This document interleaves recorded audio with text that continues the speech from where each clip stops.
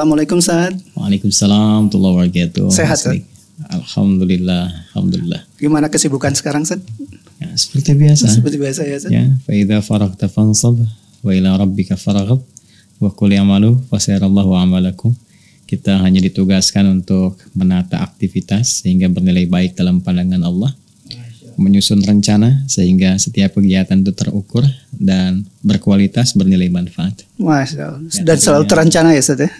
Ya, demikian Al-Quran mengamanahkan. Dan ini bukan hanya bagi seorang ustadz, tapi setiap kita bagi insan beriman. Karena itu dalam waktu sholat pertama pun kan disebut subuh. Ya, di antara kata subuh itu kan bukan hanya orang Arab ketika bertanya kaifa asbaht, bagaimana keadaan kamu di pagi hari ini, tapi itu juga mengandung kesan kesiapan, rencana yang terukur, yang siap dieksekusi. Jadi insan beriman tuh kalau bangun dari tidur, dia sudah harus memiliki rencana yang terukur yang akan dia kerjakan mulai di hari itu. Karena itulah kemudian panggilan imannya merespon dia untuk beribadah kepada Allah di waktu subuh, sekaligus kemudian dia memohon petunjuk kepada Allah, taufik, kesepakatan agar Allah meridhai apa yang ia rencanakan di hari itu. Nah, jadi jangan sampai nih Mas Lik atau saya ditanya nanti jam 8 ada di mana. Wah, gimana nanti aja deh. Jadi caranya nanti bagaimana gitu dibalik. Nggak boleh begitu ya Ustaz ya? Ya, bagi sementara orang mungkin biasa, tapi insan beriman imannya membimbing dia untuk menata aktivitas dengan terukur. Kurang lebih demikian. Gimana Mas Klik, sehat? Sehat alhamdulillah Ustaz. Alhamdulillah, makin sibuk ya nampaknya. Itu Ustaz. Ya, kita membantu gerakan dakwah di Indonesia dengan sedikit inilah kegiatan-kegiatan yang bermanfaat untuk masyarakat Ustaz. Masya Allah. Apa yang mau kita bincangkan hari ini? Kita akan coba menyinggung sedikit tentang sejarah Ka'bah Ustaz. Sejarah Ka'bah. Ya, jadi sebelum Waktu Mekah, kita ketahui bahwa Ka'bah itu menjadi tempat menyimpan patung-patung berhala dari seluruh kabilah di Arab waktu itu. Kemudian waktu Mekah, Rasulullah itu menyuruh atau memerintahkan untuk menghancurkan seluruh patung-patung itu. Namun ada referensi bahwa di Ka'bah juga ada gambar Nabi Isa yang digendong oleh Maria. Dan Rasulullah memerintahkan untuk tidak menghapusnya Ustaz. Apakah betul referensi ini Ustaz? Baik, pertanyaan yang tajam, terukur, dan mungkin juga jadi atensi bagi banyak orang. Betul. Baik, hanya barangkali begini, kita akan membahas dengan menjawab pertanyaan itu secara langsung dan merujuk pada referensi, atau kita ingin menampilkan satu wawasan yang luas dengan dasar keilmuan yang mengakar. Sehingga kita memahami bagaimana perjalanan hadirnya patung-patung, kemudian dengan itu bagaimana disikapi oleh Islam, lalu sampai kepada masa sebelum Nabi Muhammad SAW diangkat menjadi Rasul, bagaimana patung hadir dalam Ka'bah, lalu disikapi di masa Islam, di masa Nabi Muhammad SAW membawa risalah penutup dan penyempurna, lantas kemudian terjadi di Fathu Makkah sampai dengan kini. Nah, jadi saya balik bertanya, mau jawaban cepat atau yang komprehensif? Pengennya komprehensif. Komprehensif ya? Baik. Betul. Kalau begitu kita mundur agak jauh ya. Siap. Mundur agak jauh dari masa Nabi Muhammad SAW ke masa Nabi Nuh dulu. Wah, ini berapa generasi nih? Muhammad SAW bin Abdullah bin Abdul Muttalib bin Hashim bin Abdul Manaf bin Qusay bin Murrah bin Kilab bin Ka'ab bin Ghalib bin Fihr bin Malik bin Nadar bin Kinana bin Khuzaimah bin Mudrika bin Ilyas bin Nidar bin Mudar bin Ma'ad bin Adnan bin Adri bin Muqawwam bin Nahur bin Tarikh bin Ya'rub bin Jastud bin Nabit bin Ismail alaihissalam bin Ibrahim alaihissalam bin Adhar bin Nahur bin Abir bin Kinan bin Fakhshad bin Sam bin Nuh alaihissalam. Jangan salah, jangan disuruh ulang saya. Agak mundurnya ini luar biasa nih, 37 sampai dengan ke 40 generasi ke atas, dan itu bisa boleh jadi puluhan ribu tahun deh. Betul. Nah, jadi kalau kita tarik ke masa Nabi Nuh alaihissalam, bahkan nanti diabadikan kisah ini di surah dengan surah nama yang serupa dengan risalah Nabi pembawanya, yaitu surah Nuh. Ya. Nah, jadi Nabi Nuh ini ada yang menyebutkan referensi bahwa beliau lahir 116 tahun setelah Nabi Adam alaihissalam meninggal dunia. Ya. Jadi Nabi Adam alaihissalam dengan istri beliau Sayyidah Hawa alaihi wasallam jami'an diperintahkan oleh Allah untuk turun ke muka bumi, menjalani misi sebagai khalifah di bumi, memakmurkan, hidup saling menggantikan dan seterusnya. Al-Baqarah ayat ke-38. Kemudian berkeluarga dan melahirkan keturunan yang menyebar. Ya, Quran surah keempat ayat 1, berkeluarga, berketurunan, menyebar, kemudian bersuku-suku, berkomunitas, beda-beda tempat. Quran surah ke-49 ayat 13. Nah, dalam penyebaran ini nanti setelah Nabi Adam meninggal dunia, ya, risalah Nabi Adam diwariskan kepada anak keturunannya.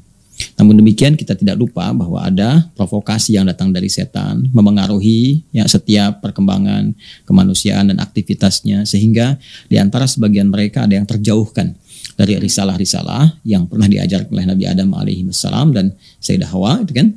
Kemudian setelah itu ada 5 orang saleh. Nah, ini kisahnya. Ya, 5 orang saleh ini juga termasuk yang membawa dan meneruskan risalah Nabi Adam alaihissalam, membimbing masyarakat, dikenal dengan orang-orang yang sangat luar biasa, orang-orang yang baik. Nama mereka adalah Wadda, kemudian Suwa, kemudian Yaguth, kemudian Ya'uq, dan Nasra. Ada 5. Wadda, Suwa, Ya'uq, Yaguth, Nasra. Nah, 5 orang ini meninggal. Nah, setelah 5 orang ini meninggal, ada satu rasa di antara masyarakat itu ingin selalu menghadirkan kenangan bersama mereka, ya, ingin hadirnya kenangan, nampak kemudian kelemah lembutan, kesolehan, kebaikan yang menginspirasi, sehingga mereka membuat semacam in memoriam gitu ya, satu kenangan yang mengabadikan 5 orang itu, maka dibuatkanlah patung. Nah, ini asalnya, ya, asal munculnya patung itu, dibuatkan patung 5 orang ini, namun ternyata ini berkelanjutan dan memengaruhi sisi akidah, karena memanfaatkan di situ ada celah yang dibaca oleh setan, dimanfaatkan, ya, yang tadinya cuma jadikan untuk bahan kenangan, tiba-tiba kok lewat, oh kayak ada perhatian ya, kan? Nah, kayak ada berkah tersendiri ya, akhirnya secara singkat lama-lama jadi sesembahan, ya, jadi sesembahan, jadi dikultuskan, naik jadi penuhanan, akhirnya dikenal sebagai bagian dari yang dituhankan oleh masyarakat pada saat itu. Pada inilah kemudian dalam kondisi ini diutusnya Nabi Nuh alaihissalam untuk mendakwahi umat pada saat itu. Ya, karena itu sangat viral sekali kisahnya, bahkan diabadikan dalam Al-Quran dengan nama Nabi itu sendiri, yaitu Nabi Nuh alaihissalam. 900 kurang lebih 50 tahun ya beliau berdakwah. Di antara dakwahnya bagaimana menyadarkan masyarakat bahwa kelima sosok itu bukan Tuhan, itu hamba Allah yang saleh, jangan sembah patung, tinggalkan, ya kan? Kalau tidak nanti ada ancaman-ancaman dari Allah dan sebagainya. Maka mereka mengatakan, pemuka-pemukanya yang sudah barangkali diangkat ya jadi tokohnya, kemudian kalau diangkat tokoh kan ada apresiasi, kan, ada penghormatan dan sebagainya, tak ingin kehilangan kedudukan itu. Ya, karena itu mereka mengatakan, dan diabadikan di Quran surah 71 surah Nuh di ayat 23. Wa qalu la tadharunna alihatakum wa la tadharunna wadda wa la suwa'a wa la ya'uqa wa yaghutha wa nasra. Mereka berkata, ya, jangan tinggalkan ya Tuhan-Tuhan kalian, jangan dengarkan Nuh alaihissalam ya. Jangan tinggalkan Tuhan-Tuhan kalian yang sudah kita tetapkan ya. Maka mereka sebutkan Wadda ya, kemudian Suwa, Ya'uq, Yaghuth, Nasra. 5 ini.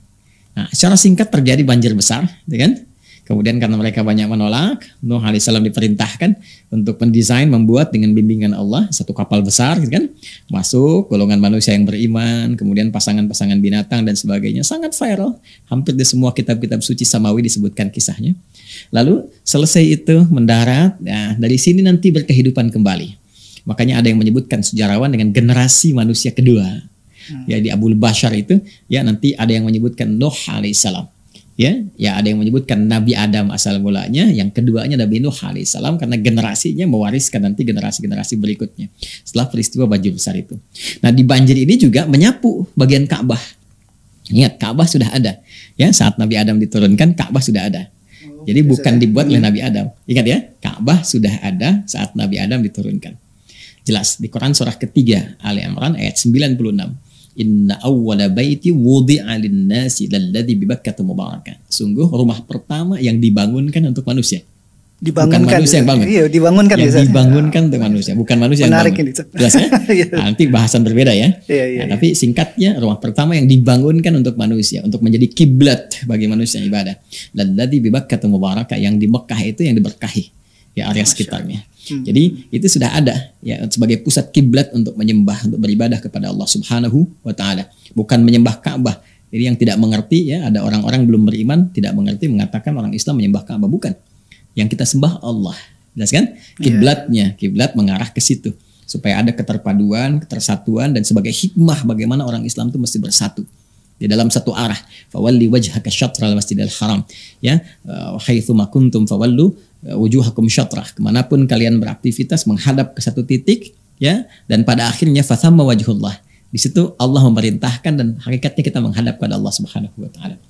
Singkatnya di masa Nabi Nuh ini terjadi banjir besar, menyapu bagian atas Ka'bah juga, hilang generasi, tinggal generasi Nabi Nuh alaihissalam, terlepas dari perdebatan para sejarawan yang mengatakan sebagian area, mengatakan semua area gitu kan. Tapi singkatnya komunitas manusia yang pada saat itu ya tersisa dari kalangan generasi Nabi Nuh ini lalu menyebar berkehidupan lagi.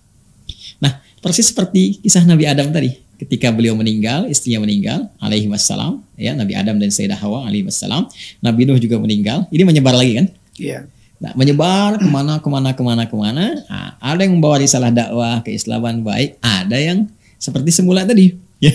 Jadi hidup lagi tuh kekufuran dan sebagainya. Ya. Nah, di antara yang paling populer itu di wilayah Mesopotamia, di wilayah Irak, ya Irak sekarang dekat Baghdad gitu. Ada yang disebut wilayah Ur namanya. Ya Ur, Mesopotamia, ya Baghdad kuno ya, peradaban kuno pada masa itu, tapi sudah maju. Ya, dengan rajanya yang sangat terkenal itu. Ya, raja yang terkenal sampai ada pernah dengar Namrud dan sebagainya itu. Namrud, ya kan? Nah, jadi yang menarik begini, ternyata di situ juga kemudian tersebar penyembahan terhadap patung. Bahkan kreasinya sudah lebih kreatif. Ya, jadi di patung itu punya 3 dewa utama, ya 3 kekuasaan utama. Ada patung besar dewa matahari, nah, asalnya dari sini nih, dewa matahari. Kemudian yang kedua itu rembulan, ketiga bintang gemintang, 3 itu. Ya, nah, jadi itu yang dituhankan di masa Nabi Ibrahim alaihissalam. Jadi begitu sampai ke masa itu, Allah mengutus Nabi Ibrahim alaihissalam diangkat menjadi rasul, kan? Lalu secara rasional didialogkan. Diajarkan kepada kaumnya, kok bisa menyembah patung-patung ini kan? Karena itu di surah Al-Anbiya kan ditegaskan oleh beliau. Ma hadhihi tamathil lati antum laha akifun. Apa sih keistimewaan patung-patung itu sehingga kalian begitu fokus menyembahnya gitu kan? Lalu kemudian kalian memberikan sesajen, meminta sesuatu yang bahkan dibikin oleh kalian sendiri gitu. Ya. Sampai-sampai beliau membuktikan kalau benar matahari itu Tuhan. Di surat Al-An'am kan jelas. Falamma janna alaihi lailu ra'a kaukaba, dari bintang ke bintang dulu. Begitu lihat bintang, oh ini yang dianggap Tuhan. Nah, tapi tiba-tiba tenggelam. Masa Tuhan tenggelam? Ya kan? Kemudian ketika melihat walam mara'al qamara bazigha, ya qala hadza rabbi, apakah ini yang dimaksud Tuhanku ini? Kata mereka, ya kan? Ya, itu lihat bintang tenggelam, lihat bulan tenggelam. Begitu lihat matahari, oh ini hadza akbar, ini lebih besar. Tapi ketika tenggelam juga, masa Tuhan tenggelam? Maka beliau menyimpulkan ini bukan Tuhan. Yang dianggap di patung-patung ini bukan Tuhan. Akhirnya kisahnya viral, diberikan pelajaran oleh beliau supaya mengerti masyarakat, kan? Dengan rajanya pada saat itu, apa yang terjadi? Dibawa kapak kan? Ya, dihancurkan, diikatkan kan di kepala berhala yang paling besar. Nah, sehingga dengan itu kisahnya kita mengetahui dengan sendirinya. Jadi secara singkat di masa Nabi Ibrahim pun sudah ada itu. Ya? Lalu Nabi Ibrahim alaihissalam kemudian berhijrah. Ya, singkatnya beliau berangkat lagi dengan istri Sayyidah Sarah, berkelana, karena itu disebut dengan Ibrahim. Ada yang mengatakan dari Ibrahim itu ada dari bahasa Ibrani punya dua makna. Satu sang penyeberang, perantau, karena sering merantau untuk berdakwah. Menyeberang dari Mesopotamia ke Mesir, terus nanti ya Kanaan, Palestina, sampai dengan ke wilayah Makkah Al-Mukarramah. Biwadin ghairi dzi zar'in inda baitikal muharram, sampai ke situ ya. Nah, ini nama pertama. Yang kedua disebut juga dengan Ibrahim dari kata Abun Rahim, bapak yang sangat penyayang, pengasih. Saking sayangnya kepada anak itu, dibalik tugas yang sangat sibuk sebagai Nabi, Rasul, ayah, masih sempat untuk meluangkan waktu menengok anak di Mekah. Padahal beliau tugas di Palestina waktu itu, ya, sampai meninggal nanti. Makanya kita lihat ada Al-Khalil sekarang, wilayah Al-Khalil itu ya, di Palestina. Nah, singkatnya ada 2 sisi yang sangat menarik di sini ya. Namun kita menggunakan alur melompat ya. Jadi ada lompatan-lompatan alur sedikit untuk memudahkan pemahaman dalam bahasan kita sehingga mudah untuk ditangkap. Nabi Ibrahim satu sisi kemudian ditugaskan oleh Allah dengan Nabi Ismail alaihissalam untuk meninggikan kembali pondasi Ka'bah yang tadi hancur terkena banjir bah di masa Nabi Nuh alaihissalam ya. Ditinggikan kembali, itu pondasinya masih ada. Ya, dalam bahasa Arab pondasi itu kalau satu disebut kaidah, kalau banyak disebut qawaid. Keduanya diminta meninggikan kembali. Bahasa Arabnya yarfa namanya. Maka diabadikan di Quran surah kedua Al-Baqarah ayat 127. Wa idh yarfa'u Ibrahimul qawa'ida minal baiti wa Ismail. Kan? Rabbana taqabbal minna innaka antas samiul alim. Keduanya kemudian meninggikan kembali bangunan Ka'bah, ya. Di situ kemudian dikenal ada napak tilas jejaknya. Maqam Ibrahimnya ada, Hijr Ismailnya ada, ya, dan keduanya kemudian saling bersinergi membangun dengan izin Allah Subhanahu wa taala. Jadi, nah, sisi lain di tempat yang ditinggalkan Nabi Ibrahim di kota asal tadi, wilayah Mesopotamia, kerajaan Babilonia dengan rajanya Namrud tadi, yang megah, yang menganggap dirinya besar dan sebagainya. Ya itu kan kalau kita flashback sedikit mengusir Nabi Ibrahim setelah sebelumnya mengancam, bahkan ingin mengeksekusi, membakar beliau, kan dikumpulkan di kota besar yang sekarang menurut para sejarawan itu bergeser sedikit ke arah Turki. Ya, saya pernah berkunjung itu ke daerah itu ya. Jadi ada memang patung-patung besar dan sebagainya menunjukkan bekas-bekas kerajaan Namrud tempo dulu. Jadi Anda bayangkan dari wilayah Irak, Mesopotamia, Babilonia membentang sampai ke Turki, itu kan melewati Syam juga ya. Syam itu salah satunya Syria dan sebagainya. Perbatasan itu. Jadi di situ dikumpulkan dan kemudian Allah selamatkan. Ya di-viralkan, diabadikan kisahnya di Quran surah 21 Al-Anbiya ayat 69. Wa qulna ya naru kuni bardaw wa salaman ala Ibrahim. Kami firmankan ya api ya dengan kuasa Allah Subhanahu wa taala ya api diperintahkan jadikan sejuk kepada Ibrahim. Jangan membakar. Selamat rajanya di situ lantas menyimpulkan ini orang ada jinnya gitu. Maka diusir dari situ pergi dengan Sayyidah Sarah singkatnya sampai ke Mesir dapat hadiah Sayyidah Hajar kan ya, singkat melahirkan Ismail sampai tadi kita kembali lagi ke alur awal Jadi saya ingin katakan Namrud dengan suasana itu dia kembali ya menghadirkan lagi suasana seakan kayak kehebatannya macam-macamnya, mempopulerkan lagi Tuhan-Tuhan patung dan seterusnya sampai nanti kisah paling singkatnya adalah menantang Nabi Ibrahim sampai Allah kemudian wafatkan yang bersangkutan hanya dengan seekor nyamuk saja gitu. itu kan viral kisahnya. Nah, di sisi lain artinya saya ingin sampaikan bahwa ini sudah menyebar nih dari wilayah Mesopotamia terus ke Syria gitu kan sampai ke sebagian dekat Turki dan sebagainya ya di wilayah itu. Nah, di wilayah yang berbeda Nabi Ibrahim, Nabi Ismail tepatnya di area Makkah Al-Mukarramah meninggikan bangunan Ka'bah lantas berdoa kepada Allah di situ. Ya doanya diabadikan di antara doanya memohon kepada Allah agar nanti ada rasul yang terakhir yang penutup, yang menyempurnakan semua risalah para nabi, yang termulia, maka lahirnya pun dekat Ka'bah yang mulia ini. Di keduanya bermohon, karena ini Rasul penutup, yang paling mulia, yang paling istimewa, maka lahirnya pun harus di tempat yang termulia. Ya kan? Dekat tempat mulia, dekat Ka'bah. Dan tiada lain, kecuali Nabi Muhammad SAW. Nabi Ismail di situ, beliau tinggal berketurunan, bahkan di antara doa keduanya kan Rabbana wab'ats fihim rasulan minhum yatlu 'alaihim ayatika wa yu'allimuhumul kitaba wal hikmah wa yuzakkihim innaka antal azizul hakim. Kan? Ya Allah, mohon nanti hadirkan, lahirkan seorang rasul dari kalangan masyarakat yang berkehidupan dekat Ka'bah ini. Itu Nabi Muhammad. Ya, jadi sepeninggal Nabi Ibrahim kan nanti wafatnya kemudian dikuburkan di Al-Khalil itu di Palestina sekarang. Nah, kemudian Nabi Ismail wafatnya di mana? Dekat Ka'bah. Ya, dan menurunkan keturunan itulah yang kelak melahirkan Nabi Muhammad sallallahu alaihi wasallam. Yang tadi saya sebutkan nasabnya. Ya, kurang lebih sampai 29 generasi ke Nabi Ismail. Walaupun terdapat beberapa perbedaan di antara sejarawan setelah Adnan, kan? Namun semua sepakat bahwa Nabi Muhammad keturunan dari generasi Nabi Ismail. Saya ingin katakan bahwa dari generasi Nabi Ismail ini kan dakwahnya tauhid, menuhankan Allah.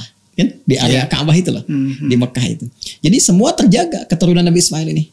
Ya, menuhankan Allah, ya, menyampaikan risalah terus sampai ke masa-masa berikutnya, sampai kehidupan kenabian Muhammad sallallahu alaihi wasallam. Di titik ini pun ada dua kondisi yang sangat menarik, Waslik ini ya. Ini semuanya menarik nih pembahasan. Jadi dua sisi yang sangat menarik. Sisi yang pertama, keturunan Nabi Ibrahim dari Ishak. Ya, dari Ishak. Jadi dari istri beliau Sayyidah Sarah melahirkan Ishak, kan? Nah, ini yang tadi belum saya ulas ya. Nah, ini kan melahirkan nanti Nabi Yakub. Dari Nabi Yakub, Nabi Yusuf. Berkelanjutan terus kan sampai nanti ketemu Nabi Musa alaihissalam, sampai ketemu nanti Nabi Daud, Nabi Sulaiman, ya. Nah, saya akan garis bawah ya, highlight di masa era Nabi Sulaiman alaihissalam itu beliau sempat memperbaiki ya citra bagaimana persepsi orang-orang yang menjadikan patung itu sebagai sesembahan. Itu dirubah oleh Nabi Sulaiman. Ya citranya, ya citranya dirubah oleh beliau, ya diluruskan, ya nggak boleh ini patung jadikan sesembahan. Itu di beberapa tempat itu oleh beliau kemudian direka ulang, ya pola pikir pada saat itu orang-orangnya, bahkan beliau perintahkan jin-jin untuk bikin tempat-tempat yang di tempat itu sebagai deklarasi atau proklamasi peperangan dengan setan, menghambat ya setan itu untuk menggoda gitu kan. Jadi sesuatu yang menghambat, mencegah, benteng itu disebut mihrab namanya. Mihrab, zamannya maharib. Jadi mihrab itu kan tempat ibadah, sedangkan ibadah yang nggak disukai oleh setan. Jadi beliau memproklamirkan dengan dibuatnya benteng ini benteng kita dari setan nih. Dengan ibadah kita meningkat, setan nggak mampu untuk menggoda kita, walaupun menggoda lemah dia, ya kan? Nah, kemudian dibuat juga ya patung-patung dalam bentuk apa? Ya, dalam bentuknya seperti pohon-pohon, gedung-gedung tinggi, hiasan-hiasan megah dan sebagainya. Itu diabadikan di Al-Qur'an. Surah 34 Saba. Ya, surah Saba ayat ke-13. Ayat ke-13. Ketika Nabi Sulaiman menghiasi istananya sekitarnya dengan mahariba wa tamathila. Ya kan? Ya, tamasil di situ harus didetilkan ya, nggak boleh disimpulkan patung-patung berdiri sendiri, tidak. Yang dimaksud patung begitu ada pepohonan, dengan ada bangunan-bangunan biasa yang menunjukkan yang tidak bernyawa, kan? Ataupun juga penampilan yang berbeda dengan yang kita pahami saat ini. Jadi beliau ingin mengesankan bahwa ini loh yang diperkenankan dia yang seperti ini. Ya, sesembahan diarahkan kepada Allah, bukan dalam konteks untuk penyembahan-penyembahan kepada manusia. Singkat, Nabi Sulaiman meninggal juga kan? Meninggal, ya jin baru telat taunya, setan provokasi lagi, diangkat lagi tuh. Malah ingin dibawa untuk bisa mengagungkan Sulaiman, dibikinkan lagi ininya apa monumennya macam-macam ya dan sebagainya. Ya, jadi berkembang lagi tuh dengan lebih luas lagi. Jadi satu titik di era itu sampai berketurunan kembali, nanti diluruskan lagi ya sampai nanti ke Nabi Isa alaihissalam. Ya, risalah Nabi Isa alaihissalam 600 tahun sebelum kelahiran Nabi Muhammad sallallahu alaihi wasallam. Itu kan di wilayah Palestina juga. Ya, wilayah Palestina juga. Jadi Anda bisa bayangkan di wilayah itu ada pengarahan persepsi tentang patung ke arah yang baik, kemudian pengarahan kepada dakwah tauhid, menyembah Allah Subhanahu wa taala, sampai puncaknya nanti risalah Nabi Isa alaihissalam di sekitaran Palestina nanti, ya, di Bethlehem sekarang, Baitul Laham, di sekitarannya di daerah itu. Nah, di titik ini 600 tahun, sementara di Mekah situasi berbeda, sisi yang lain. Nah, dua sisi. Sisi yang lain di Mekah, ini kan berkelanjutan beraktivitas ini. Nah, di jeda antara 600 tahun pasca risalah Nabi Isa alaihissalam sampai ke era Nabi Muhammad sallallahu alaihi wasallam dilahirkan kemudian diutus, ya. Ini kan ada jeda nih, fatrah. Ya, fatrah, ada masa kekosongan karena Nabi Muhammad rasul penutup, rasul terakhir, Nabi Isa sebelum akhir, gitu kan? Maka di antara keduanya kan gak ada rasul. Risalah Nabi Isa terus menyebar oleh murid-muridnya, terpercaya disebarkan, gitu kan? Menyebar di sebagian wilayah-wilayah di muka bumi, kan? Sebagian lagi ada menafsirkan, ada menyimpangkan dalam persepsi kita ya, sebagai orang Islam gitu kan, dan sebagainya, menyebar semua ini. Sementara di daerah Mekah itu dalam berkelanjutan beraktivitas ada sosok tertentu. Di antara sosok ini namanya ini menarik sekali, Amr bin Luhai namanya. Amr bin Luhai. Amr bin Luhai. Siapa Amr bin Luhai ini? Dia sebetulnya pebisnis. Ya, pebisnis. Dia pebisnis, pedagang, tapi juga orangnya baik. Ya, suka berderma, bantu orang, macam-macam. Karena Mekah ini kota suci, ya kan? Iya. Maka ketika terlihat orang ini, sosok ini panutan, public figure, baik, suka berderma, suka macam-macam, maka orang melihat, wah ini kalau bahasa kita wali ya nih, wali kota suci nih, kan? Dia ini orang-orang bagusnya nih, orang teladannya nih, udah kaya, bagus, kan, suka berbagi macam-macam. Tapi dia pebisnis. Nah, satu kali dia ini, nah titik lain yang perlu ditegaskan adalah dia ini selain dia kaya, kan, dia perhatian, cuma lemah agama. Masih awam nih, awam. Jadi dia nggak kenal dengan risalah-risalah tauhid yang dibawa oleh Nabi Ibrahim, Nabi Ismail diajarkan di situ. Jadi dia berbisnis saja, taunya ya ke Ka'bah itu cuma tawaf. Ini belum ada patung loh ya, Ka'bah belum ada patung nih. Amr bin Luhai ini ya karena dia pebisnis, perantau, dia merantau ke Yaman, ke Syam. Masih ingat nggak tadi saya sampaikan wilayah Syam mendapatkan dampak-dampak dari era-era patung di masa Namrud dan sebagainya sudah mulai menyebar. Maka ketika dia ke Syam, dia melihat kok banyak patung ya. Ada banyak patung nih. Oh banyak patung nih. Sedangkan Syam itu kan bumi para nabi, Ardul Anbiya, ya kan? Nabi Ibrahim di situ, Nabi Daud di situ, Sulaiman di situ, Nabi Musa juga wafatnya dekat situ. Ini negeri para nabi nih. Karena dia awam dari segi agama, walaupun dia kaya, dia baik, dia awam agama nih. Dia tafsirkan karena ini negerinya para nabi, dia boleh jadi. Oh ini yang dimaksudkan nih Tuhan-Tuhan ini. Dan pikiran bisnisnya seketika jalan juga. Iya. Apa itu? Wah, kalau saya dapatkan ini, saya bawa ke Mekah, saya infokan ke orang Mekah. Ini di negeri para nabi ini sekarang Tuhan-Tuhannya patung-patung begini. Terus yang kedua, dia pikir kalau ini Tuhan-Tuhan dia bawa, ya dipopulerkan di Mekah, mungkin orang-orang Syam juga akan lebih banyak datang ke Mekah. Karena Tuhan mereka ikut ke sana gitu. Ya. Ini informasi disampaikan di dalam kitab ini, Ar-Rahiqul Makhtum, ya karya Syekh Al-Mubarakfuri. Ini kitabnya, Ar-Rahiqul Makhtum. Jadi kalau kita baca di sini kita akan temukan satu uraian, ya. Jadi terkait dengan perkembangan keyakinan-keyakinan sebelum eranya Nabi SAW. Jadi kalau kita buka ke sini kita akan temukan. Jadi kalau Mas Pek dapatkan kitab ini, buku ini, ya Ar-Rahiqul Makhtum karya Syekh Mubarakfuri, halaman 35. Ada? Ini ada Diyanatul Arab judulnya. Diyanatul Arab, ya keyakinan-keyakinan, agama-agama, kan? Kepercayaan-kepercayaan di kalangan Arab sebelum masa kenabian. Jadi pra kenabian. Ini disebutkan sih lengkap sekali. Ya, bahkan yang tadi saya terangkan tuh, cukup lama saya terangkan di era Nabi Nuh, macam-macam disebutkan. Jelas semuanya nih. Nah, sampai kemudian nanti halaman 36 disebutkan seperti saya sampaikan. Ya, kalau saya bacakan nih, wa kanat lahum taqalid wa marasim fi ibadatil asnam ibtada'a aktsaruha Amr ibn Luhay. Ya kan? Nah, di Arab itu pada masa pra kenabian itu dengan jejak yang tadi saya telah sampaikan, nah, kemudian mereka banyak menghadirkan patung-patung tadi. Didatangkan. Nah, itu pelopornya siapa? Amr bin Luhay. Nah, jadi niatnya dua tadi. Yang pertama karena awam keberagaman. Ini yang bahaya itu. Jadi kalau awam agama jangan banyak komen tentang agama. Jadi bermasalah nanti ya. Apalagi kasih statement misalkan nanti jadi bermasalah. Nah, ini Amr bin Luhay dulu begitu. Ini statementnya negeri para nabi nih, banyak patungnya. Berarti ini benar nih dibawa patung. Sisi yang bersamaan jiwa bisnisnya datang. Wah, dia katakan, wah ini kalau dapat ini lumayan nih nanti orang banyak datang. Akhirnya dibawa. Sedangkan orang Mekah, tadi kan saya katakan, melihat Amr bin Luhay ini sebagai tokoh baik. Ini walinya nih gitu kan, orang baik, kan, pebisnis, suka berbagi, suka sedekah, suka macam-macam. Ketika dia datang dari Syam membawa patung itu dia sampaikan, mereka percaya aja karena awam juga. Jeda dari Nabi Ismail ke Nabi Muhammad itu 29 generasi Pak Klik. Kebayang bagaimana pengaruh yang terjadi. Ya, kita nggak usah bicara 29 generasi yang mungkin ribuan tahun. Anda bisa bayangkan Indonesia dari merdeka sampai sekarang berapa tahun? 76 tahun kan? 76. Dari 45 sampai dengan 2021 yang 76 tahun. Sudah terasa nggak perbedaannya? Iya. Saya tanya nih, berapa banyak anak milenial sekarang yang mengerti tentang Pancasila?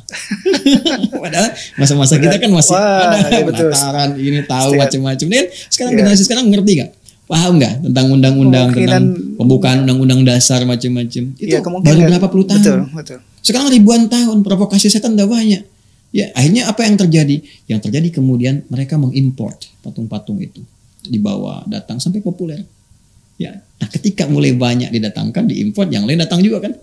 Maka mulai mereka letakkan dekat-dekat Ka'bah. Ya, maka setiap daerah tuh punya patungnya sendiri, ikonnya. Ya, nanti ada misalnya Manat, ya Uzza, Lata dan sebagainya. Oh ini daerah ini punya patungnya sendiri, patungnya sendiri. Jadi setiap kabilah, lucunya itu setiap kabilah diletakkan patung di Ka'bah. Ya, tanda semua kekuasaan tanda Tuhannya masing-masing. Dan nanti di Mekah pun nanti yang tertingginya Hubal namanya. Hubal dikumpulkan oleh mereka, dikoleksikan, termasuk dimasukkan ke dalam area Ka'bah. Ini asal mulanya Ka'bah berisi patung. Awalnya nggak ada. Ya, jadi ini asal mulanya Ka'bah berisi patung, udah ada di dalamnya, ada Hubal, ada Manat, ada Lata, ada Uzza, ada macam-macam. Nah, sampai kemudian kurang lebih masa menjelang kelahiran Nabi Muhammad SAW. Periode ini kurang lebih 150 tahun sebelum kelahiran Nabi Muhammad SAW. Jadi lengkaplah sudah. Patungnya sudah masuk, dukunnya mulai ada, disebut kahin, tukang sihirnya juga ada, mulai sejak itu tuh. Ada tukang sihir disebut sahir, ada dukun disebut kahin. Bahkan nanti patung Nabi Ibrahim alaihissalam ya dibuat tuh, ada tuh. Patung dibikin. Jadi mereka beli ke Syam itu. Jadi begitu ke Syam datang kan itu Nabi Ibrahim kan wafat di Palestina, apa dibikinkan patung kan kebiasaan mereka begitu. Bikinkan, dibuat itu. Termasuk patungnya Nabi Isa alaihissalam dan ibundanya Sayyidah Maryam itu ditemukan di Al-Bukhari. Ditemukan di Al-Bukhari. Jadi kalau kita buka Sahih Al-Bukhari, ini saya ada Sahih Al-Bukhari ini.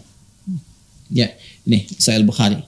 Ya, jadi kita nanti akan lihat bagian tertentu di Sahih Al-Bukhari ini yang menghadirkan bagaimana diinformasikan kepada kita di Fatu Mekah. Cuma saya nggak mau lompat dulu. Nanti begitu kita masuk, nanti saya tunjukkan. Kita tunjukkan. Nah, jadi yang menarik begini.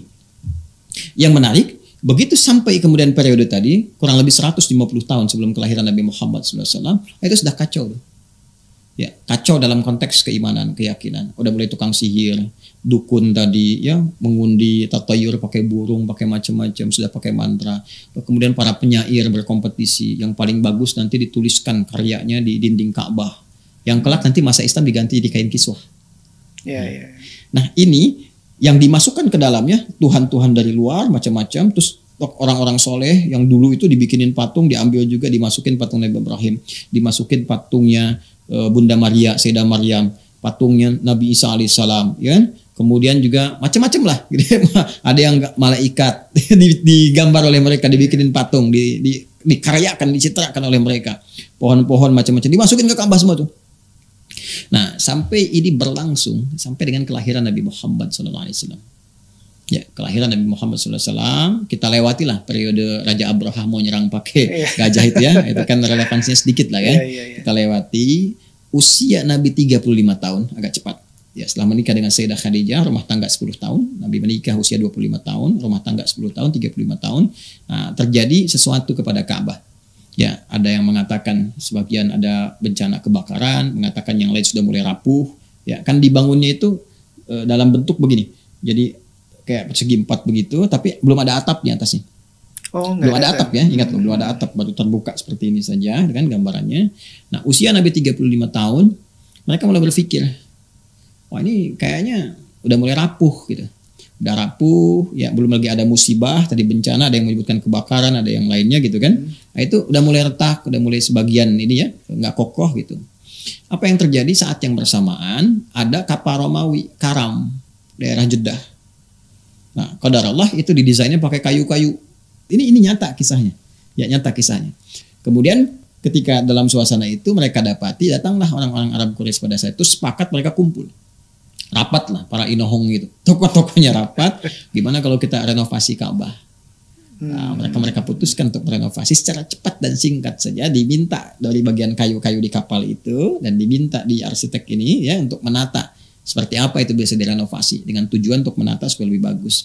Nah, dalam proses renovasi ini itu dikeluarkan dulu Mas Klik ya, segala yang ada di dalam Ka'bah itu, termasuk patung-patung tadi. Ya, yang disebut dengan berhala ya, yang hubal, yang macam-macam gitu ya, dikeluarin semua.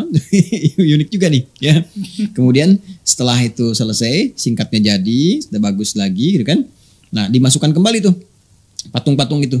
Nah, cuma mereka berselisih ya pada satu titik saja, yaitu tentang Hajar al-Aswad ya, batu hitam itu, Al-Hajar al-Aswad, yang bagian pokok ya, dari pokok di bangunan Ka'bah itu. Maka di antara mereka berselisih, kabilah-kabilah itu siapa yang paling pantas meletakkan itu kembali ke tempatnya. Ya, kalau meletakkan patung nggak ada selisih tuh. Siapa aja silakan. Ini unik juga nih. Siapa yang letakkan hubal, siapa aja deh masukin. Tapi begitu pada satu titik, yaitu Al-Hajar al-Aswad ya, batu hitam itu yang bagian dari pokok ya, dari bangunan Ka'bah itu. Nah, itu mereka berselisih karena semua pada pengen ya, ingin menampakkan ya taruhlah wibawa gitu kan, pengaruh macam-macam. Lalu secara singkat tetua di antara mereka, tetuanya, sesepuhnya itu mengusulkan, udah gini aja deh, siapa yang masuk duluan ke Masjidil Haram ini ya, di area Ka'bah itu, Masjidil Haram kita kenal kan sekarang ya. Ya, kalau sekarang kan sudah lebih luas ya, dulu kan terbatas. Siapa yang masuk duluan lewat pintu ini, dia yang akan meletakkannya. Ya kan? Maka ketika mereka semua sepakat, ya udah sepakat kan? Dilihat, dicek, ternyata Nabi Muhammad lah. Masya Allah ya, Nabi Muhammad lah sallallahu alaihi wasallam yang ternyata masuk lebih dulu lewat pintu itu. Maka mereka ketika disebutkan sosok Nabi Muhammad, usianya 35 tahun saat itu. Ya, artinya 5 tahun sebelum diangkat menjadi nabi kan? Jadi rasul. Jadi 35 tahun, 10 tahun sudah berumah tangga dengan Sayyidah Khadijah ya. Maka apa yang terjadi? Yang terjadi adalah mereka melihat, sepakat semua tuh. Karena waktu Nabi Muhammad ditunjuk SAW, itu kan pribadi yang diakui sosoknya sebagai Al-Amin, orang jujur, terpercaya, bahkan banyak di antara mereka nitipkan hartanya ke Nabi Muhammad. Nah, jadi sebelum beliau muslih, mengajak orang berbuat baik, itu masih soleh. Jadi ada soleh, ada muslih.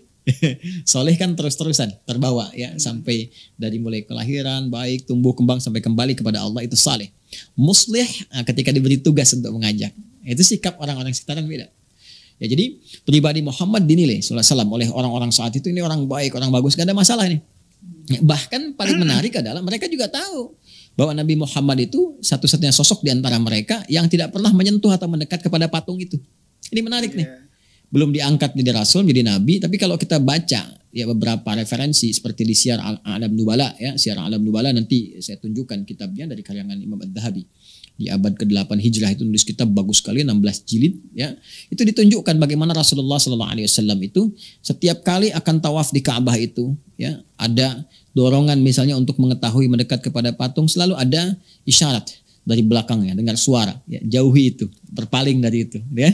Nah, jadi sudah dibebaskan dari pengaruh patung, nggak pernah minum-minum, nggak pernah berselingkuh, nggak pernah ikut-ikutan kebudayaan mereka itu. Maka semua sepakat, oh Muhammad saja SAW. Nah, maka Nabi Muhammad dibimbing oleh Allah dengan bijak. Ya, bagaimana caranya? Dikeluarkan bagian kainnya, kan? Nah, di kain itu semua dari tokoh-tokoh suruh pegang bagian ujungnya, Hajar Aswad disimpan di tengahnya, semua bawa. Jadi win-win solution, semua dapat tuh. Wah, senang semua. Nah, begitu dekat beliaulah dengan tangan mulianya meletakkan di tempatnya. Maka selesai ada nafasi Ka'bah. Nah, cuma menyisakan juga di situ. Ya, satu persoalan penting jadi pembahasan kita. Apa itu? Kan tadi saya katakan patungnya dimasukin lagi. Yeah. Patung dimasukin lagi ya, kemudian ada yang tambahin dengan gambar-gambar, mulai dilukis-lukis tuh ya gambar. Makanya redaksi nanti banyak-banyak di informasi yang sampai ke kita, baik di hadis-hadis terutama itu ada redaksi menggunakan suar, bentuk jama dari kata suara. Sedangkan suara itu ada dua makna ya, bisa timtal, jamaknya tamathil berarti patung-patung, bisa surah dalam artian lukisan ya, lukisan gambar-gambar itu ya dan sebagainya. Jadi di situ udah dipenuhi tuh. Ya, ada gambar-gambar, ada patung-patung, terutama patung-patung tuh. Ya, patung ini, patung itu, macam-macam. Termasuk diantaranya ya, ada patung yang saya sebutkan, patung malaikat, ya, gambar pohon-pohon. Ya, bisa bayangkan. Terus lukisan-lukisan tentang malaikat. Terus digambar di situ ya tadi siapa aja lah, Nabi Ibrahim, Nabi Ismail, pokoknya yang dari Syam, dari mana yang bisa mendatangkan banyak orang, Tuhannya ya diimport ke sini semua nih. Tuhannya diimport ke sini semua. Semua bisa datang, dimasukin ke Ka'bah. Jadi semua suruh putar-putar tuh. Ya, tawaf macam-macam dengan gayanya yang berbeda-beda. Ada yang siul-siulan, ada yang nggak pakai busana, mohon maaf, ada yang macam-macam itu. Ya itulah terjadi. Makanya disebut jahiliyah. Ya, jadi jahiliyah. Jadi sudah cara berpikirnya sudah tidak terukur, ya, cara bergaulnya sudah tidak teratur dan sebagainya. Jadi muncul kekacauan-kekacauan dalam konsep norma ya, yang tidak bisa diukur dengan standar-standar kemuliaan, kebaikan. Maka dalam suasana itu kemudian Nabi diutus secara singkat, berhasil diperbaiki oleh Rasulullah SAW ya, dalam fase hijrah ke Al-Madinah Al-Munawwarah, Yathrib kelak jadi Al-Madinah Al-Munawwarah, balik lagi. Nah, ketika balik itulah ke Mekah tuntas pada saat itu. Ya, dalam pembukaan kota Mekah. Ya, jadi bukan penyerangan, ingat ya, bukan ekspansi, bukan invasi, tapi selalu redaksinya digunakan kata fatah. Fatah itu membuka sesuatu yang dengan pembukaan itu melahirkan kebaikan-kebaikan.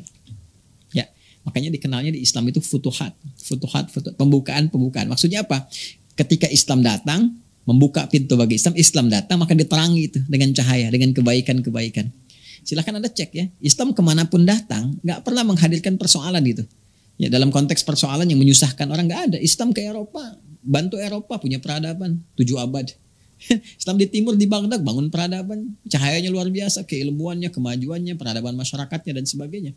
Bahkan mereka bangga mengenakan pakaian-pakaian yang kemudian disupport oleh nilai keislaman. Bangga pada saat itu. Lihat di Eropa bagaimana ratu-ratu dulu mengenakan jilbab, ya, mengenakan kerudung setidaknya gitu kan, pakaian-pakaian yang bagus. Terus orang-orangnya yang laki-laki pakai jubah dan sebagainya. Ya, ini bukan ke Arab-Araban, bukan, tapi menunjukkan konteks bagaimana yang maju itu mengaruhi dari budaya dan sebagainya. Kan itu tesisnya Ibnu Khaldun seperti itu. Nah, dalam suasana Fathu Makkah itu datang Nabi Muhammad SAW kan, dengan pasukan prajurit beliau membuka untuk memberikan kebaikan, nilai kemuliaan ke Mekah. Makanya saat masuk itu nggak ada peperangan. Ya, orang menduga nih, aduh dibantai nih gitu kan. Muhammad datang nih, udah kita usir dari sini pasti dendam. Kebayang macam-macam aja, pasti dendam nih, kita akan dibantai, kita begini. Kaget mereka. Karena tiba-tiba pasukan udah datang. Tapi yang terjadi apa? Siapa yang berada di area Masjidil Haram aman. Yang masuk rumah Abu Sufyan aman. Semuanya damai gitu. Damai. Dan mereka tuh yang mengerti ini risalah kedamaian, kebaikan, kemuliaan. Akhirnya dengan kesadaran paripurna itulah kemudian masuk Islam berjamaah, berombongan macam-macam. Itu dalam bahasa Arabnya sesuatu yang berombongan, kan? Sesuatu yang banyak gitu kan? Secara serentak bersamaan itu disebut dengan afwaj namanya. Afwaj. Maka ketika turun surah An-Nasr itu idza jaa nasrullahi wal fath.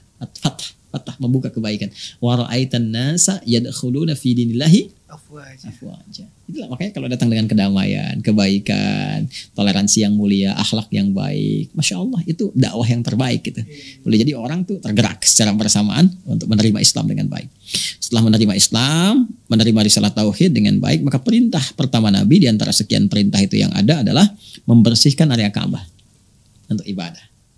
Dalam membersihkan itulah Nabi sendiri sudah tahu banyak patung-patung dalamnya apa juga kan, karena Nabi sudah diutus diberikan risalah, kemuliaan, kebaikan dan sebagainya, maka nggak berkenan kan ada patung-patung di dalamnya.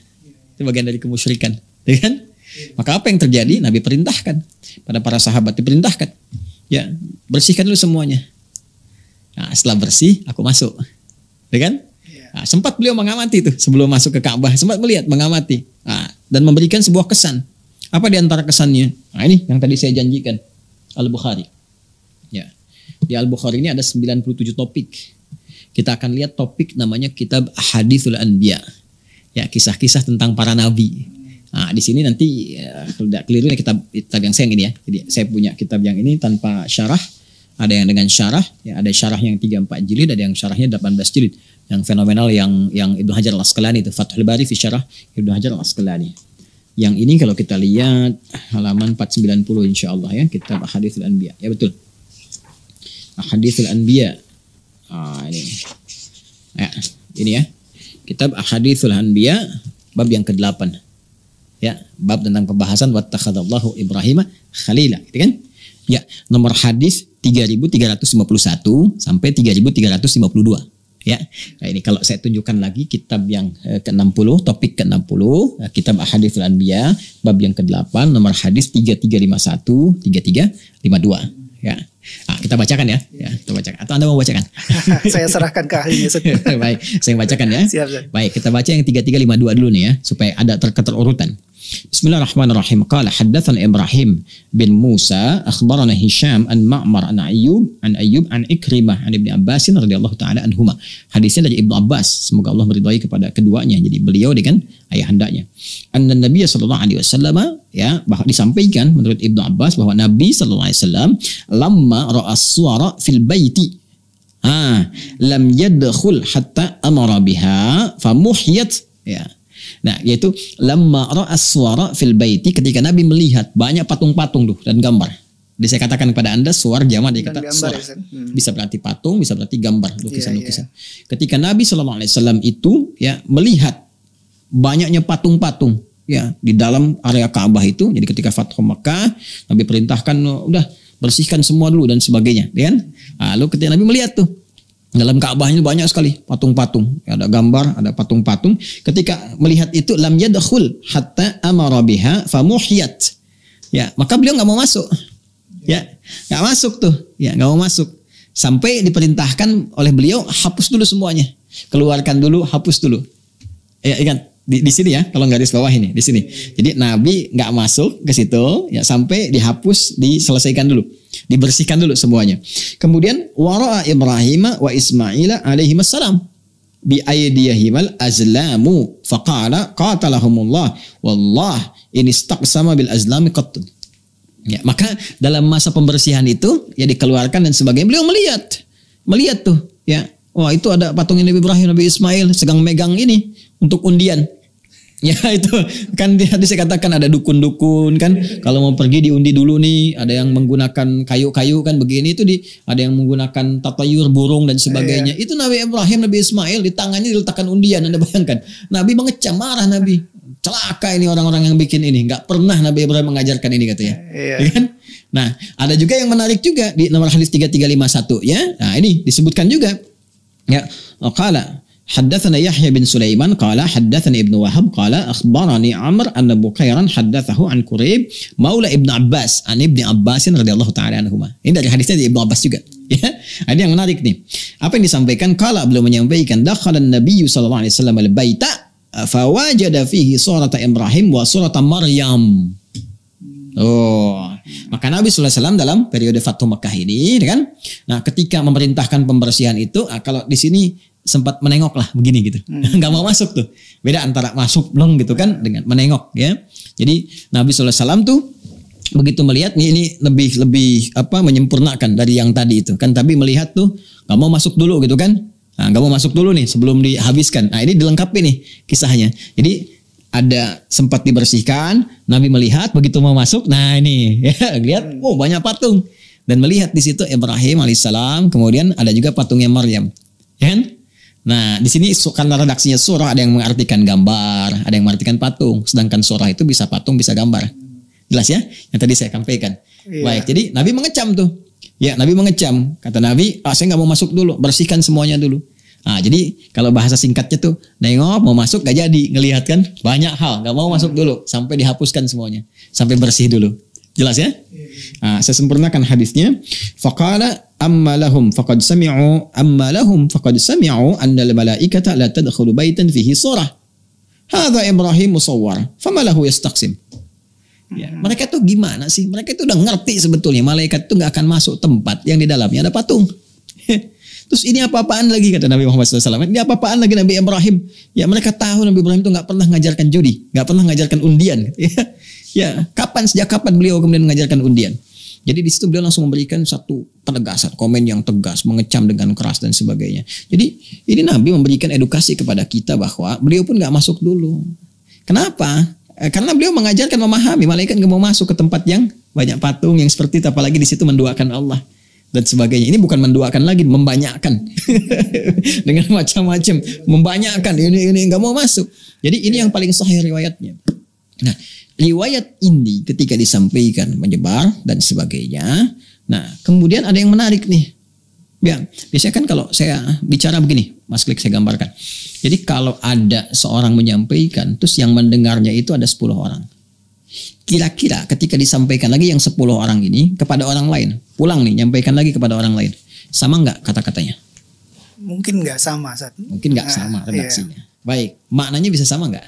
Maknanya mungkin sama. Maknanya mungkin sama. Persoalannya kalau semua memiliki kredibilitas yang sama. Iya, betul. Ya kan? Betul. Ya.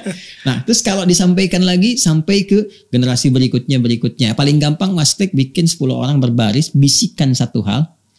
Bisikan sampai ke ujung yang ke-10, kira-kira lihat sama nggak dengan apa yang kita ucapkan?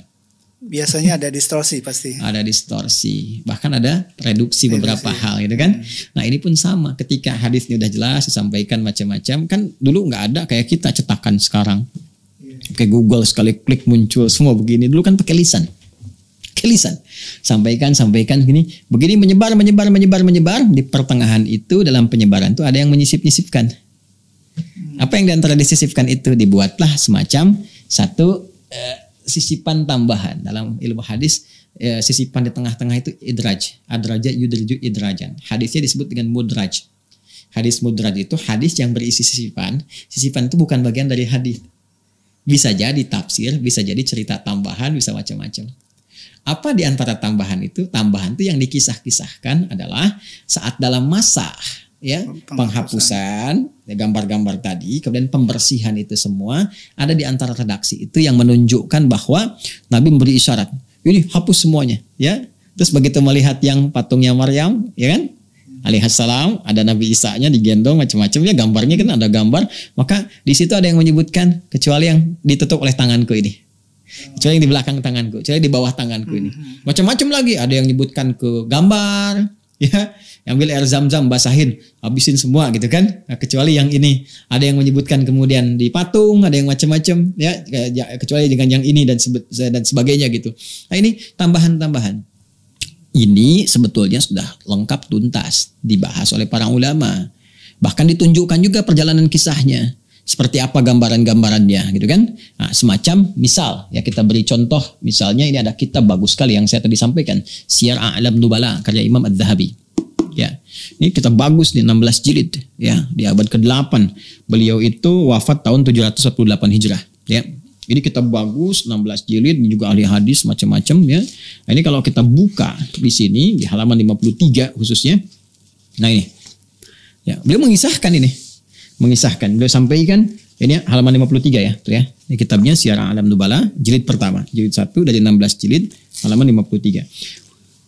Qala wa fil hadithi عن ابن أبي نجيح عن أبيه عن خويطب ابن عبد العزى وغيره فلما كان يوم الفتح دخل رسول الله صلى الله عليه وسلم إلى البيت فأمر بثوب فبل بماء وأمر بطمس تلك الصور ووضع كفيه على صورة عيسى وأمه وقال أمه الجميع إلا ما تحت يديه. Ya kan? Nah ini salah satunya yang disampaikan. Ini satu dari sekian banyak, ya. Kemudian Ad-Dhahabi mengatakan rawahul Azraqi, info ini dapatkan dari Al-Azraqi. Ingat Al-Azraqi siapa? Al-Azraqi ini diantaranya. Beliau diantaranya seorang sejarawan, ya kan? Ya, penulis kitab populer namanya Akhbaru Makkah. Ya, seorang perawi juga, penyampaikan riwayat-riwayat. Semua riwayat disampaikan. Namanya kalau kita sejarawan menyampaikan informasi, gitu kan? Beliau juga menyampaikan riwayat-riwayat di abad kedua Hijrah, ya kurang lebih ini sampai abad ketiga Hijrah, yang menyampaikan informasi macam-macam. Kemudian di antara informasi itu menyampaikan riwayat yang tadi, ya dalam masa pembersihan area dalam Ka'bah, penghapusan itu gambar-gambarnya disampaikan bahwa ada beberapa bahkan dari tabi'in yang menyampaikan informasi, ya bahwa di antara mereka menyampaikan generasi sebelumnya ada yang pernah melihat di masa Ibnu Zubair bahwa pernah ada itu gambar-gambar itu, gitu kan? Sedangkan yang menyampaikan ini orang-orang thiqah, ya di kalangan era tabi'in, kok bisa gitu kan, masih kelihatan, masih ada dan sebagainya. Jadi mana yang benar nih? Satu sisi riwayat ini bermasalah dan udah banyak ulama membahas tuntas tentang riwayat-riwayat bermasalah ini. Ya bahkan ada 4 hadis di kitab di Akhbar Makkah ini belum kita hadirkan kitabnya. Jadi kalau kita lihat di Akhbar Makkah itu ada 4 riwayat dan 4 riwayat itu udah tuntas. Tuntas apa? Tuntas diteliti oleh para ulama. Kita itu punya tradisi yang sangat indah, ya ketat sekali. Tradisi ini tentang bagaimana menyeleksi semua informasi yang sampai kepada kita. Saking ketatnya standar dalam Islam itu. Benar nggak dari Nabi? Benar nggak dari Nabi? Diteliti semua 4 riwayatnya. Ternyata ketemu. Wah ini ada Muslim bin Khalad bin Zanji ini. Ini orangnya bermasalah. Ini orangnya nggak pernah ada. Ini yang nggak pernah diketahui. Ini yang luput. Ini yang hilang. Ini yang pendusta, ini yang lemah, ini yang macam-macam. Jadi ternyata 4 riwayat itu semuanya dhaif semua. Dhaifnya yang nggak bisa digunakan sebagai hujah, ya, nggak bisa dipakai dalil gitu. Jadi hadis yang menerangkan tentang hapus semuanya kecuali yang di bawah tangan saya ini, kan? Nah, di masa Nabi itu lemah. Karena itu sisipan, diduga sisipan, dimasukkan ke dalam hadis yang sahih tadi. Yang Nabi perintahkan nggak mau masuk dulu sebelum semua bersih. Tapi saya pernah dengar ada referensi bahwa tabi'in masih sempat lihat ada gambar di Ka'bah. Ada informasi menyampaikan dari Imam Atta, gitu kan, dan beberapa kolega bahwa mereka pernah melihat sepintas ya di masanya Ibnu Zubair, gitu kan. Nah, sedangkan kita tahu masanya Ibnu Zubair ketika beliau juga hadir berkehidupan ya sepeninggal Nabi Sallallahu Alaihi Wasallam itu sudah melewati jauh fasenya Fathu Makkah. Lantas pertanyaannya gimana kalau masih sempat melihat ada gambar beberapa yang lain, gitu kan? Nah ini satu sisi hadis-hadis tadi dihukumi dhaif, ya bahkan gak bisa digunakan sebagai hujah. Sisi lain masih ada terlihat gambar-gambar yang dimaksudkan. Itu udah dijawab tuntas oleh Imam Ahmad. Iya, Imam Ahmad bin Hanbal. Udah selesai masalahnya. Apa jawaban beliau? Sampai ngarang kitab namanya Al-Ilal fi Ma'rifatir Rijal. Anda kalau ini nggak sempat karena Anda baru nanya, kita nggak sempat menghadirkan kitabnya. Ada kitab namanya Al-Ilal fi Ma'rifatir Rijal. Beliau bandingkan ini hadis-hadis yang sahih tentang dalam patung dibersihkan dalam Ka'bah itu termasuk gambar-gambar ini tampilkan. Dan yang menguatkan ini kebiasaan Rasulullah. Rasulullah tuh nggak pernah mau masuk ke tempat manapun di rumah-rumah yang ada patungnya, apalagi rumah Allah dalam Ka'bah yang harusnya nggak ada patung, ada patung. Beliau bersihkan dulu semuanya, kan beliau mau ibadah di dalamnya. Bersihkan, dihapuskan segalanya. Itu kebiasaan beliau. Bahkan di Al-Bukhari nanti banyak hadis menyampaikan kepada kita bahwa Nabi enggan masuk ke satu rumah yang ada di situ gambar-gambar yang tidak elok, yang macam-macam, yang menghadirkan hal-hal yang bisa gitu kan memalingkan ketaatan kepada Allah Subhanahu wa taala, termasuk patung-patung dan sebagainya. Itu hilangkan dulu, bersihkan dulu.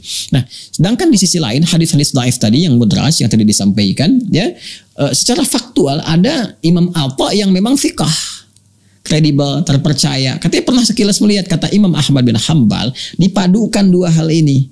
Ini hadis yang sahihnya jelas diperintahkan dihapus. Ini hadis yang dhaif yang gak bisa dipakai hujah, kata yang nutupin macam-macam ini. Ketika beliau telusuri, diteliti oleh beliau, memang diperintahkan oleh Nabi dihapus. Cuman pada masa itu nggak sempurna, hilang semua karena menghapusnya kan pakai air biasa begini. Hapus dulu deh, kan kata Nabi hapus dulu semua tuh, kosongkan yang patung-patung, kosongkan semua gini, hancurkan semua, gambar-gambar dihapus. Hapusnya pakai apa? Nah itu dia, hapusnya pakai apa? Ya dihapus waktu itu pakai apa? Pakai air kan? Dihapus. Kata Imam Ahmad bin Hanbal dalam kitabnya Al-Ilal fi Ma'rifatir Rijal, itu menyisakan bekas-bekas. Boleh jadi yang dilihat oleh Atta itu bukan gambar utuh yang kemudian tampak di era Nabi, Fathu Makkah dihapuskan, bukan. Yang terlihat boleh jadi bekas-bekas itu. Ya kan? Makanya riwayatnya pun nggak jelas ketika sampai, disebutkan cuma melihat gitu kan. Yang dilihat tuh apa? Nggak pernah sampai. Itu pun jadi perdebatan lagi. Maka Imam Ahmad menelusuri, dilihat oleh Imam Ahmad, oh yang diduga dilihat oleh Imam Atta ini bukan gambar-gambar yang nyata seperti di era Fathu Makkah. Yang dimaksudkan adalah boleh jadi bekas-bekas itu masih tampak. Ya. Yang sekarang kalau Anda masuk ke area Ka'bah kan sudah bisa terpublikasikan banyak gambar, di YouTube juga bisa dilihat, kan? Kan sekarang Anda bisa lihat tuh di area Ka'bah, selain atasnya nanti ada, Masya Allah ya, sudah ada atapnya, berapa 3 tiang, kemudian ada di situ ada ayat-ayat ya, selain yang di luar kan di dalam juga ada tuh. Nah kemudian ada semacam grafiti, siapa yang merenovasi dan macam-macam. Pernah itu nggak ada berapa? Ada 8 kan? Ya 1, 2, 3, 4 kalau kita hitung gitu. Kita juga bisa menduga boleh jadi itu tuh juga menutup ya bekas-bekas yang terdahulu, dirapikan lagi macam-macam lagi. Sedangkan Ka'bah kan sudah mengalami renovasi juga. Ya beberapa masa waktu dihantam Manjanik di eranya Khalifah Yazid itu kan yang menghancurkan Ibnu Zubair lewat panglimanya itu Hajjaj bin Yusuf Ats-Tsaqafi, kan itu hancur juga kena Manjanik, kotapel besar itu kan direnov lagi. Ya kan direnov lagi. Jadi kalau kita mau masuk sudah nggak ada. Jadi isunya sebetulnya sudah nggak faktual sekarang ini. Jadi isu-isu begini ini sudah selesai sebetulnya. Ya sudah tuntas, sudah beres, dan ulama sudah menjawab semua. Isu tentang hadisnya dijawab, ini hadisnya dhaif. Dhaifnya sangat lemah, saking lemahnya nggak bisa dipakai sebagai hujah. Yang benar yang ini, Nabi punya karakter nggak pernah mau masuk ke dalam ruangan satu rumah apapun, apalagi rumah Allah yang ada patungnya. Ini hadis-hadisnya sahih. Dan karakteristik Nabi itu begini, di rumahnya begini dengan Sayyidah Aisyah terutama, di tempat ini begini, selesai. Kemudian Fathu Makkah diperintahkan sahabat untuk menghancurkan semua